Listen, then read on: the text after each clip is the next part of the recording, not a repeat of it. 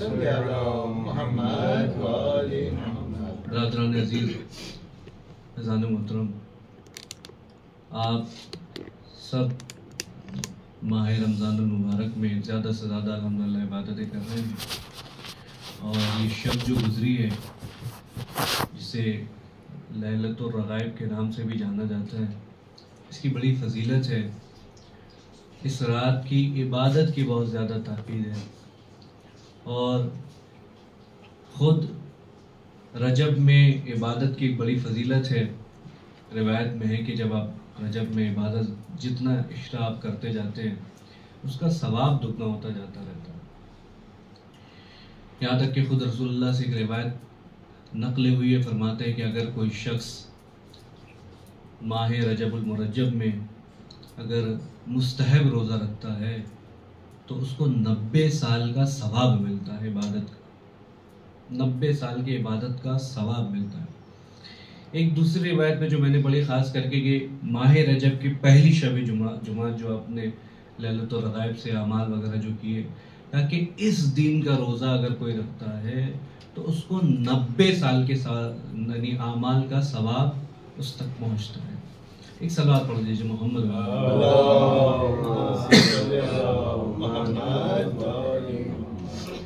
جن لوگوں نے اعمال کیے، جن لوگوں نے روزہ رکھا، ان کو تو بہرحال بشارت ہے، اللہ ان کے اعمال کو قبول کرے، ان کی عبادتوں کو قبول کرے۔ میں صرف مختصر ایک وضاحت کرنا چاہتا ہوں کہ جو عمل آپ نے انجام دیا اس کی فضیلت کیا ہے۔ کہتے ہیں کہ لیلۃ الرغائب کے معنی کیا ہے، اور خود آیت اللہ سستانی سے یہ مسئلہ پوچھا گیا کہ آقا اگر ہم لیلۃ الرغائب والے دن جو اعمال وارد ہوئے ہیں، 12 رکعت جو آپ نے نماز پڑھی ہے، تو اس کو کس نیت سے پڑھا جائے؟ کہتے ہیں کہ اس کو رجاء مطلوبیت کی نیت سے پڑھا جانی چاہیے، یعنی اللہ کے ثواب کی امید سے یعنی نماز پڑھنی چاہیے تاکہ اس کا ثواب جو ہے آپ کو ملے۔ کہتے ہیں کہ کیا وجہ ہے کہ اس کو لیلۃ الرغائب کہتے ہیں، اس کی وجہ کیا ہے؟ پہلے لفظ لیلۃ الرغائب کو سمجھیے۔ لیل کے معنی ہے رات کے، لیلۃ الرغائب یعنی رغبت والی رات۔ کس چیز میں رغبت والی رات؟ کہتے ہیں کہ جس چیز میں سب سے زیادہ انسان ہو جائے، مشغول ہو جائے، یعنی راغب ہونے والی رات، جس کی طرف انسان متوجہ ہو جائے، جس رات میں، اس کو لیلۃ الرغائب کہتے ہیں۔ کیسے اس رات میں ایسا کیا معاملہ ہوتا ہے کہ انسان کو اتنی زیادہ تاکید کی گئی ہے کہ آپ عبادت کریں؟ فرماتے کہ رسول اللہ سے ایک روایت نقل ہوئی ہے، فرماتے کہ حدیث ہے کہ جب لیلۃ الرغائب کو فرشتے درک کرتے ہیں، انسان تو بڑی بات ہے، فرشتے جب درک کرتے ہیں تو کہتے ہیں زمین اور آسمان میں کوئی ایسا فرشتہ نہیں ہوتا جو خانہ کعبہ یا اس کے اطراف میں جمع نہ ہو جاتے ہوں اس رات میں۔ کہتے ہیں جمع ہو کے کیا کرتے؟ کہتے ہیں اللہ حکم دیتا ہے کہ جاؤ جو کرنا ہے کرو، عبادت کرنا ہے، دعائیں پڑھنا ہے، جو کرنا ہے کرو، اور جو حاجتیں ہیں تمہاری اس رات میں مجھ سے طلب کرو، میں اس کو پورا کروں گا۔ روایت کے جملے ہیں کہ جب وہ عبادت کرتے ہیں، عبادت بجا لاتے ہیں، تو پروردگار عالم کی بارگاہ میں دعا کرتے ہیں کہ میرے اللہ میری حاجت ہے، اور میری حاجت، فرشتے دعا کر رہے ہیں اور فرشتے اپنی حاجت کو طلب کر رہے ہیں۔ جب اللہ پوچھتے ہیں کیا چاہیے تو فرشتے کہتے ہیں کہ پروردگارہ مجھے فقط یہ چاہیے کہ اس رات کو جو بھی، یعنی شب میں یا دن میں جو بھی روزہ رکھ رہا ہے اس کے تمام گناہوں کو درگزر فرما، تمام گناہوں کو درگزر فرما۔ اللہ فرماتا ہے کہ جاؤ میں نے تمہاری دعاؤں کو قبول کر لیا، میں نے روزہ داروں سے تمام گناہوں کو سلب کر لیا۔ اس رات کی اتنی زیادہ فضیلت ہے۔ معصوم سے روایت ہے، فرماتے ہیں کہ اگر کوئی انسان اس رات میں اہتمام کرے، عبادت کے سلسلے میں اہتمام کرے اور کچھ خالص نیت یا کسی حاجت کو لے کے بارگاہ خدا بندی میں آئے، تو یہ وہ رات ہے کہ جو اس کی حاجت کو پوری کر دینے والی رات ہے، یعنی اس کی حاجت قبول ہو جائے گی۔ اور خود رسول اللہ سے یہ روایت نقل ہے کہ اگر کوئی انسان اس رات میں بھی عبادت کو نہ بجا لا سکا تو وہ بدبخت ہے۔ بعض روایت میں نے دیکھی، یعنی حدیثوں سے یہ ملتا ہے کہ اس رات کو عبادت نہ کرنے والے کو بخل سے تشبیہ دی گئی ہے۔ اس سے بخل سے، بخل کے معنی کیا ہے آپ بہتر جانتے ہیں۔ بخل کے معنی وہ ہے کہ انسان ایک چیز کو سمیٹا ہوا، اس کو کھولنا نہیں چاہتا۔ فار ایگزامپل پیسہ اسے سمیٹ کر جمع کر لیے، لیکن وہ اس کو خرچ نہیں کرنا چاہتا، راہ خدا میں دینا نہیں چاہتا، یعنی اس کے لفظی ترجمہ ہے کہ انسان کسی چیز کو سمیٹ لے، اس کو چھوڑے نہ، اس کو بخل کہتے ہیں۔ اب انسان عبادتوں میں بھی بخل کرتا ہے، یہ تعجب کی بات ہے۔ اگر کوئی انسان عبادتوں میں بخل کرے تو اس سے بڑا بخیل کون ہے؟ چھٹے امام کی حدیث ہے، غالباً معصوم کی حدیث ہے، فرماتے ہیں کہ ایک جاہل سخی انسان خدا بند عالم کی بارگاہ میں بہتر ہے اس بخیل عابد سے جو اللہ کے لیے عبادت کرتا ہے۔ یعنی جاہل سخی اللہ کی بارگاہ میں محبوب ترین ہے، لیکن بخیل وہ انسان کے جو عبادت کر رہا ہے اللہ کے نزدیک وہ محبوب نہ ہو، کیونکہ بخیل کے لیے خود قرآن میں بھی آیت ہے، سورہ محمد کی بھی آیت ہے کہ اللہ بخیلوں کو پسند نہیں کرتا۔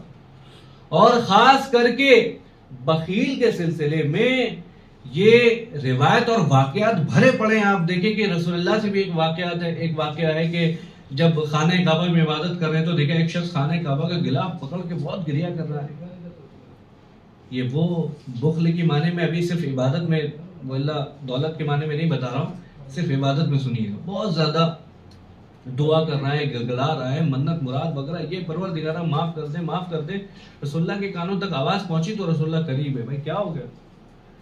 کہ یا رسول اللہ میرے گناہ ایسے ہیں نا کہ خدا بند عالم بھی مجھے معاف نہیں کرے گا۔ تو اب رسول اللہ نے بالکل سے بتایا کہ چلیے بتا تیرے گناہ بڑا ہے یا خدا کی رحمت بڑی ہے؟ تو کہتا ہے کہ پروردگارہ، کہتے کہ یا رسول اللہ مجھے معلوم ہے کہ خدا کی رحمت بہت بڑی ہے، لیکن پھر فرماتے ہیں کہ اچھا یہ بتا کہ تو اپنے گناہوں پر اتنا پختہ یقین رکھتا ہے کہ اللہ تیرے گناہوں کو معاف نہیں کرے گا، جبکہ اللہ اپنی رحمت پر اتنا یقین رکھتا ہے کہ تیرے گناہ کو معاف کر دے گا۔ کہتے ہیں نہیں، بہت باتیں ہونے لگے اور ہوتے تھے، کہتے ہیں کہ یا رسول اللہ مجھے یقین ہے اور یقین کامل ہے کہ اللہ تعالیٰ میرے گناہوں کو معاف نہیں کرے گا۔ رسول اللہ نے فرمایا اچھا یہ بتا کہ ایسے کون سا گناہ ہے جو اللہ تعالیٰ معاف نہیں کرے گا، میں بھی تو سنوں۔ کیا کہ ہاں یا رسول اللہ ایسے کچھ گناہ ہے جو میں نہیں چاہتا کہ میں کسی کی بارگاہ پیش کروں۔ رسول اللہ نے کہا مجھ سے بتا، میں تیرے لیے طلب خیر کروں گا۔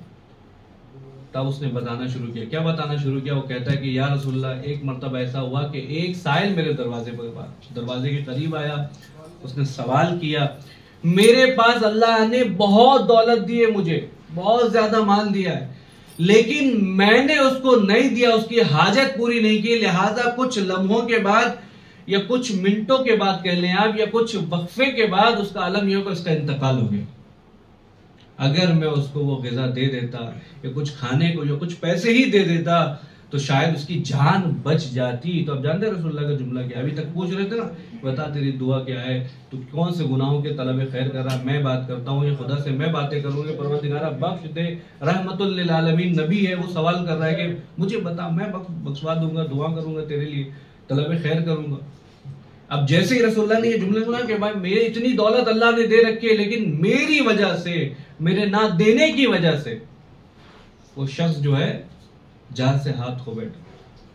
رسول اللہ فرماتے ہیں بخدا کی قسم، اگر تو خانہ کعبہ کو پکڑ کر اپنے آنسوؤں سے دریا جاری کر دے اور تو خانہ کعبہ کے غلاف اور یہاں تک کہ صفا اور مروہ کا چکر لگاتے رہے اور خانہ کعبہ کا چکر لگاتے رہے اور اسی عالم میں اگر تجھے موت بھی آ جائے تو اللہ تیرے گناہ کو معاف نہیں کرے گا، اللہ تیرے گناہ کو معاف نہیں کرے گا۔ اور یہ بہت بڑا جملہ ہے۔ کون کہہ رہا؟ رسول اللہ کہہ رہے ہیں، جبکہ بارہا آپ سنتے ہیں کہ جس کی رحمتوں کا دریا جوش مار رہی ہے وہ اس کے لیے یہ جملہ فرما رہا ہے کہ دیکھیے تاریخ میں، دیکھیے تاریخ بھی عجب ہے، کہتے ہیں کہ بھائی نہیں معاف کرے گا اللہ کا۔ کیوں؟ کہا یہ وہ گناہ ہے کہ جس کی معافی تلافی نہیں ہے، جس کی معافی نہیں۔ تو پھر انسان کرے تو کیا کرے؟ کہتے کہ جب اللہ نے اپنے وجود میں غور کرے نا، جب اللہ نے آپ کو اگر کسی مال و دولت سے نواز رکھا ہے تو پہلے اپنے سے کمتر لوگوں کا مشاہدہ کرے، دیکھے کہ کون مفلوق الحال ہے، اس پر دستے شفقت پھیرے اور اس کی مدد کے لیے جائے۔ خود مولا کائنات کا جملہ ہے، آپ کی خدمت میں پہنچا رہا ہوں، فرماتے ہیں کہ اگر انسان کسی مال کو خرچ کرے اور مال خرچ کرنے کے بعد اس کے پاس کچھ باقی رہ جائے، کچھ بچ جائے، پھر مولا فرماتے سمجھ جانا کہ کسی دوسروں کا حق ہے جو تمہارے ہاتھ میں کسی دوسروں کے پاس ہے۔ لیکن یہ وہ انسان ہے کہ جس کے پاس ہے، دولت ہے، تب وہ نہ خرچ کرے. لیکن ایک انسان وہ بھی ہے, ہم آپ جیسے لوگ, ہمارے پاس نہیں ہے تو ہم کیا کریں؟ یا رسول اللہ ہمارے پاس نہیں ہے تو ہم کس کے پاس جائیں, کس سے سوال کریں؟ فرماتے ہیں اگر نہیں ہے تو خدا سے تجارت کرو. یعنی مال کو بڑھانے کے لیے خدا سے تجارت کرو. ایک انسان کے پاس نہیں ہے لیکن جتنی ضرورت بھر کا ہے خدا سے تجارت کرو, اپنے مال میں دوا. ایک عقل مند انسان بزنس کرتا ہے, وہ دیکھتا ہے کہ پروفٹس کہاں سے مل رہے ہیں اس کو, کون سا ایسا بزنس کرے, شیئر مارکیٹ میں پیسہ لگائے, فلاں بزنس میں پیسہ لگائے, وہ دیکھتا ہے کہ پروفٹ کہاں سے آ رہا ہے. اسی لیے خود اگر اس لفظ کو اس پر منطبق کریے آپ کہ اگر کسی کے پاس نہیں ہے لیکن تھوڑا سا تو ہے, بزنس کرنے کے لیے اماؤنٹ بڑے ہونے کی ضرورت نہیں ہے. مجھے کسی نے بتایا تھا, نیرل میں بتایا تھا کہ بزنس کرنے کے لیے 2 چیزوں کی ضرورت ہے, ایک آپ کے عقل اور ایک بھروسے مند ساتھی. اگر یہ 2 چیزیں آپ کے پاس ہے تو آپ ہر جگہ کامیاب ہیں. کمال یہ نہیں کہ آپ کے پاس کروڑوں آپ بزنس کر رہے ہیں, کمال یہ کہ آپ کے پاس کچھ نہیں اور آپ نے کروڑ بنا لیے, اس کو بزنس کہتے ہیں. اب ایک انسان کے پاس کچھ نہیں, وہ کیا کرے؟ اگر یہ بس حدیث کا جملہ لے لیجیے, فرماتے ہیں اگر تمہارے پاس کچھ نہیں اور تم چاہتے ہو اس کو زیادہ کرے تو تم اللہ کی راہ میں تجارت کرو, کسی غریب کی مدد کرو, کسی مفلوق الحال کی مدد کرو, کسی صدقے کے ذریعے کسی سے مدد کرو, تو اللہ اس کے عوض میں تم کو بڑھا کے دے گا. چونکہ اللہ سے تجارت کبھی آپ کو مایوس نہیں کرے گی. جتنا کرتے جائیے گا اتنا زیادہ اضافہ ہوتا جائے گا. سلوات پڑھے محمد والے محمد.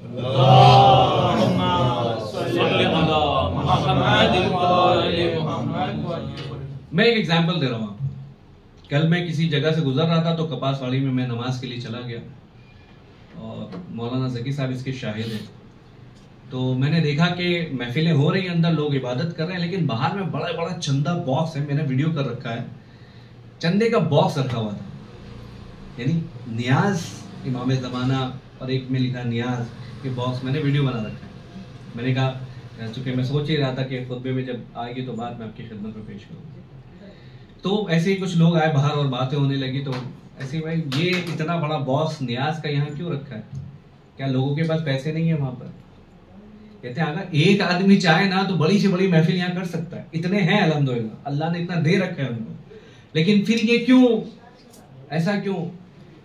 تو کہتے ہیں اس کی ایک وجہ یہ ہے کہ ہم چاہتے ہیں کہ جب امام کی بارگاہ میں کسی چیز کو پیش کرے نا تو مخلصانہ طور پہ کسی چیز کو پیش کرے اور سب اس میں مدد کرے.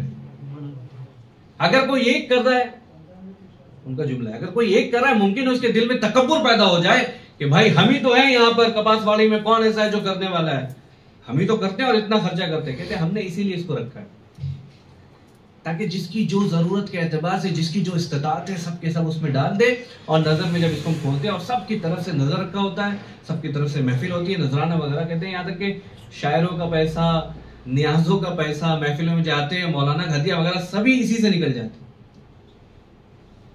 کتنا اچھا ماحول بنا رکھا ہے. میں یہ چاہتا کہ نیرل میں بھی یہی چیزیں ہو جائیں. ایسا نہیں کہ کپاس والی آپ لوگ گئے نہیں ہیں, آپ مجھ سے بہتر جانتے ہیں, میں تو کل ہی گیا تھا, مجھ سے بہتر جانتے ہیں. لیکن بات سمجھ میں آ گئی کہ اگر ہمارے درمیان اگر رسی مضبوط رہی نا تو پھر کسی کی اتنی ضرورت نہیں کہ کوئی رسی آ کر کاٹ دے یا رسی توڑ کر چلی جائے. پھر کسی کی اتنی ضرورت نہیں. ممکن ہے کہ بعض اوقات بہت سے ایسے لوگ ہیں کہ پورا امام بارگاہ کا ہی خرچ کر دے, یا ممکن ہے بعض ایسے لوگ ہیں کہ پورا امام بارگاہ ہی بنا دے. لیکن کہتے ہیں کہ بھائی اگر یہ چیزیں ہم جب سب مل کے کرتے تو بہت خوشی ہوتی. پھر اس میں کسی کوئی یہ نہیں کہہ سکتا کہ بھائی تم نے 100 دیا تو اس نے 10 روپے کیوں دیے. جس کی جو استطاعت ہے امام اس کو قبول کر لیں گے. امام آپ کی دولت کو نہیں دیکھتے, امام دینے کا سلیقہ دیکھتے ہیں کہ آپ دے کس نیت سے رہ رہے ہیں. امام آپ کے کیفیت کو دیکھتے. اور وہ آپ کو واقعہ یاد ہے, آقا کی موجودگی میں تکرار کر رہا ہوں کہ جب خمس کا مسئلہ آیا اور کہا کہ بھائی نکالنا ہے تو لوگوں نے لاکھوں کروڑوں درہم بھی نکالے ہوں گے, اور آئے مولا کائنات کی بارگاہ میں, یا علی ہم نے نکالا, لوگ لائن پہ لگے ہیں. لیکن مولا کائنات نے کیا کیا؟ مولا کائنات نے اس ضعیفہ کو بلایا کہ جس کے پاس 1 درہم نکلا تھا خمس کا پیسہ. لوگوں میں حیران و پریشان کہ یا علی ہم تو بالکل صف میں کھڑے ہیں اور اپنی یعنی جمع پونجی لے کر کھڑے, آپ ہی کے لیے تو لے کر کھڑے, لیکن آپ نے ہماری طرف توجہ نہیں کی. آپ نے اس کو بلایا کہ جس کے پاس کچھ نہیں تھا. مولا فرماتے ہیں کہ اس میں یہ جو کثیر مال ہے نا, اس میں مجھے وہ خلوص نظر نہیں آ رہا جس کے اس کے 1 درہم میں خلوص نظر آ رہا ہے. خلوص دیکھتے ہیں نا, انما الاعمال بالنیت, انما الاعمال بالنیت. یہ انما کیوں آیا لوگ بہتر جانتے ہیں حسرے کے لیے کہ بے شک اعمال کا دار و مدار کیا ہے؟ صرف اور صرف یہ ہے کہ آپ کی نیت صاف ہونی چاہیے، آپ کی عبادت صاف ہونی چاہیے، عبادت میں کسی چیز کی ملاوٹ نہیں ہونی چاہیے۔ ابھی تو ہر چیز میں ملاوٹ تھی تو بہرحال معاملہ چل رہا تھا، اب الحمدللہ عبادتوں میں بھی ملاوٹ شروع ہو گئی ہے، عبادتوں میں بھی ملاوٹ ہے۔ یہ ریاکاری کیا ہے آپ کی عبادت میں؟ یہ ریاکاری آپ کی عبادت میں ملاوٹ ہے، اور ہم کو ملاوٹ سے صاف ستھرا اپنی عبادت کو رکھنا ہے۔ ملاوٹ والی چیزیں ایکسپٹ نہیں کی جاتی، خالص چیزوں کو ایکسپٹ کیا جاتا ہے۔ صلوات علی محمد و آل محمد۔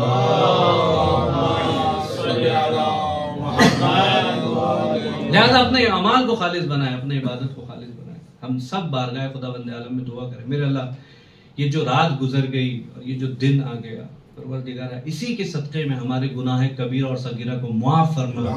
میرے اللہ تجھے واسطہ ہے جناب زہرا سلام اللہ علیہ کا، پروردگارہ اہل بیت اطہار کے صدقے میں ہمیں زیادہ سے زیادہ کار خیر کرنے کی توفیق عطا فرما۔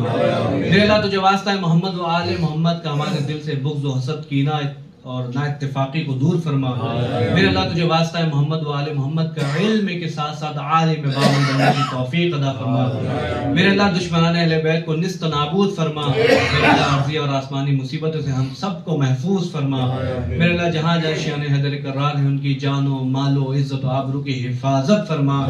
میرے اللہ تجھے واسطہ ہے محمد و آل محمد کا اس مبارک دن میں ہمارے ہم سب کے دلوں سے خاص دعا یہ ہے کہ میرے اللہ ہمارے امام کا جلد از جلد ظہور فرما، ان کا ظہور ہمارے لیے خیر فرما۔ وآخر دعوانا ان الحمدللہ رب العالمین۔ بسم اللہ الرحمن الرحیم۔ والعصر ان الانسان لفی خسر الا الذین آمنوا وعملوا الصالحات وتواصوا بالحق وتواصوا بالصبر۔ اللهم صل علی محمد وآل محمد۔ اللهم صل علی محمد وآل محمد۔ اللهم صل علی محمد وآل محمد۔ اعوذ باللہ من الشیطان الرجیم۔ بسم اللہ الرحمن الرحیم۔ الحمد للہ الذی لا الہ الا هو الحلیم الکریم غافر الذنب وقابل التوب وهو الغفور الرحیم۔ سبحان من سبقت رحمته غضبه وبسط اليدين بالرحمة، سبحان من لم يكلف نفسا إلا دون عصيها وعفى عن السيئات ولم يجاز بها، سبحان من لا يزداد على ما سلباته إلا كرم وجودا وعلى كثرة الذنوب إلا فهو صفحا، نشهد أن لا إله إلا هو العطوف على العباد بجود والوعد على المذنبين بحلمه، ونشهد أن محمدا نبيه وحبيبه سيد المرسلين والشفيع المذنبين بعثه ورحمة للعالمين، صلى الله عليه وآله الداعين إلى سبيل الله بالحكمة الموضعة الحسنة قائدة الأمم وعلياء النعم ومعدن الرحمة، أوصيكم عباد الله بالتوبة عما سلف من ذنوبكم والعنابة عن الأوزار التي أثقلت ظهوركم، فإنه تعالى كريم بكم رعوف عليكم يقبل اليسير ويعفو عن الكثير، قال الله تعالى وقول الحق توبوا إلى الله توبة نصوحا، عسى ربكم أن يكفر عنكم سيئاتكم ويدخلكم جنات تجري من تحتها الأنهار، وقال قل يا عبادي الذين آمنوا وقال قل يا عبادي الذين أسرفوا على أنفسكم لا تقنطوا من رحمة الله إن الله يغفر الذنوب جميعا إنه هو الغفور الرحيم، لقد أمركم الله في محكم كتابه بالصلاة على نبيه وحبيبه، فقال تعليما لكم وتشريفا لصفيعه إن الله وملائكته يصلون على النبي يا أيها الذين آمنوا صلوا عليه وسلموا تسليما۔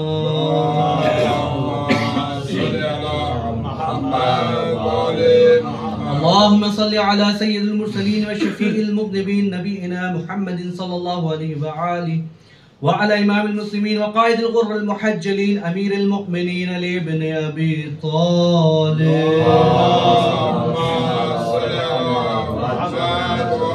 وعلى سيدة النساء العالمين وبضعة خاتم النبيين سيدتنا فاطمة بنت رسول الله صلوات الله عليها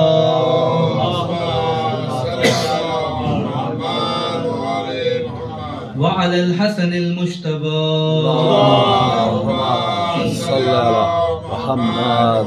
والحسين الشهيد بكربلاء